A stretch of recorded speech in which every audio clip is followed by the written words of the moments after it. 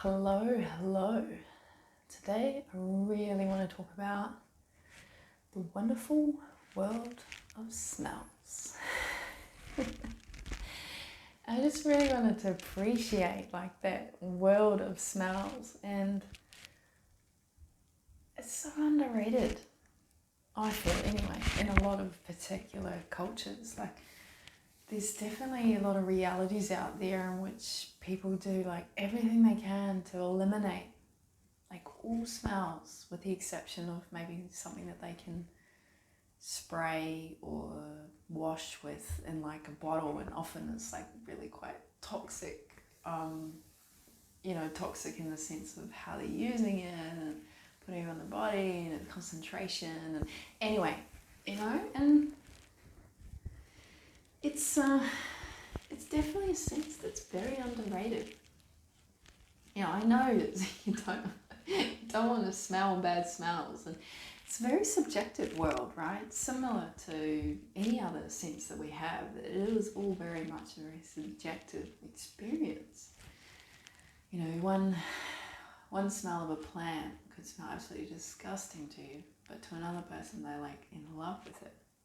That's just one example, right? I love living in spaces where you can smell the forest and the beach and the lake and the river and the nature and the environment that one resides in. And I do understand that there are many people that live in, concrete jungles and are not in places like that. But if you want to experience more smells, you can do things even within that environment to create those beautiful fresh smells of nature, water, plants, and you can choose. You can choose if you want to live in the city. You want to simplify and live in the town. You want to simplify even further, live in the countryside.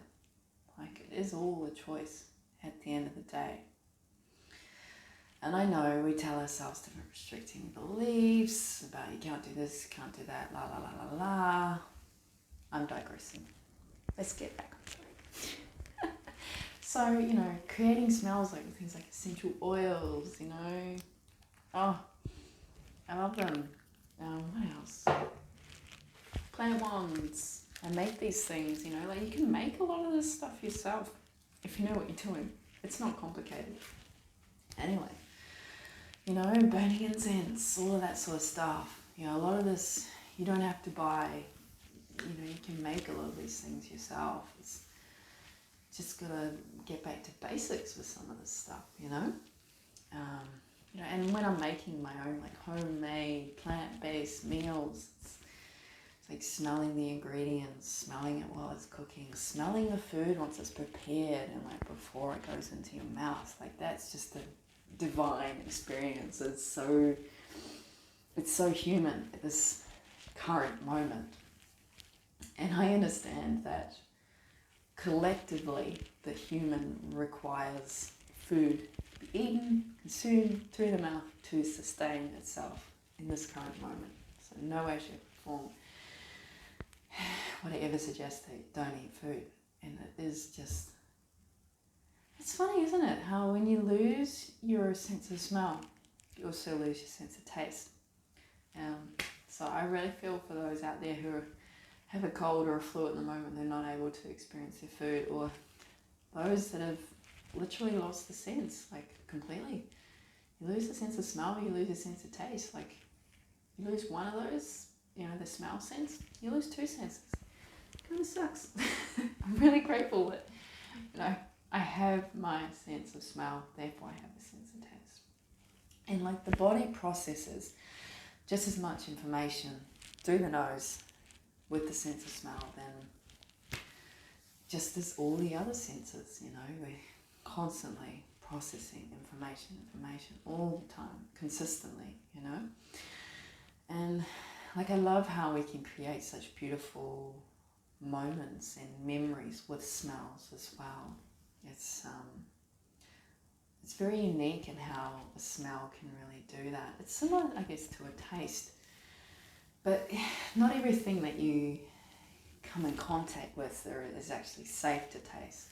And I know not everything you come in contact with a sense of smell is safe to smell, but it's definitely more broad in the sense of experiencing a moment. And I love it when I'm able to encapsulate, moments and memories through a smell. And you can do this yourself by, when you go to a place, maybe you want to create a memory with a place, and you only use a certain sort of smell when you're at that place. And obviously the longer time's a funny thing, right, that you spend in that space and that you resonate with that smell, the more, I guess, solidified that memory may be. But then not using that smell again, except when you then again want to go back and relive that memory by smelling that smell. And that's an intentional way, but it's also interesting to ponder on how there's other smells that you have, and you'll experience that yourself, and I'm sure you have, like there's a smell that reminds you of a certain thing in your childhood.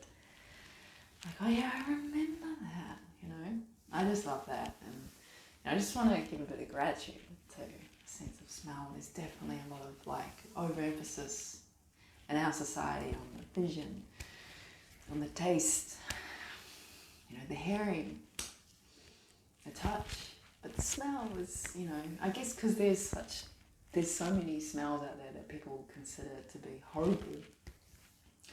Some would prefer to live in an environment where they just can't smell anything than to smell something that potentially might be horrible. I don't know.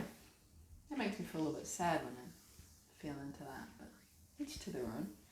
So yeah, there's obviously also a lot of information, knowledge, wisdom that can be shared about, things to science and aromatherapy, the understandings of that as well. But, that's kind of a video for another day. I'm not going to bother to get into that. I'm not here to tell you what you should and shouldn't do. Just little reminders, And, I'd like to share that I use many plants for various reasons. And a lot of it is to help with processing emotions. This is probably for me more of late, and also creating emotions.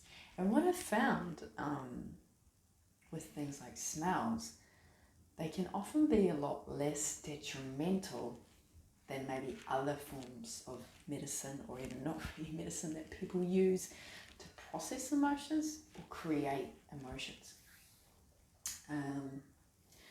If I want to talk about the very sort of basic one of like lavender, which I've got in an essential oil, and if I'm feeling some sort of sense of overwhelm or maybe big emotion, like anxiety, right? I might just open up the bottle and just smell it and sit with that and just allow that to sort of, ease through, and it just kind of helps with the processing of that emotion.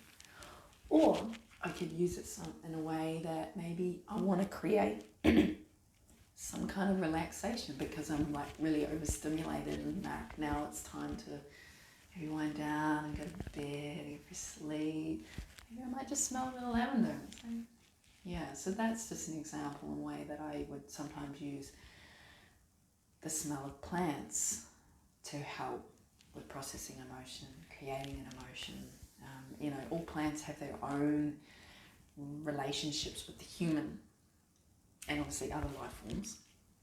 And not everyone's going to react the same way with that. Sometimes it can be a bit of that sort of programming. Maybe it's something that they experienced as a young child or another point in their life that's created some kind of programming with that kind of smell. It might be something that's expanding for that person, or it could be quite contracting for that person.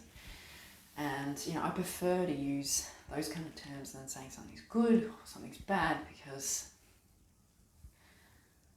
well, that's a whole other can of beans. So, let's finish this one here.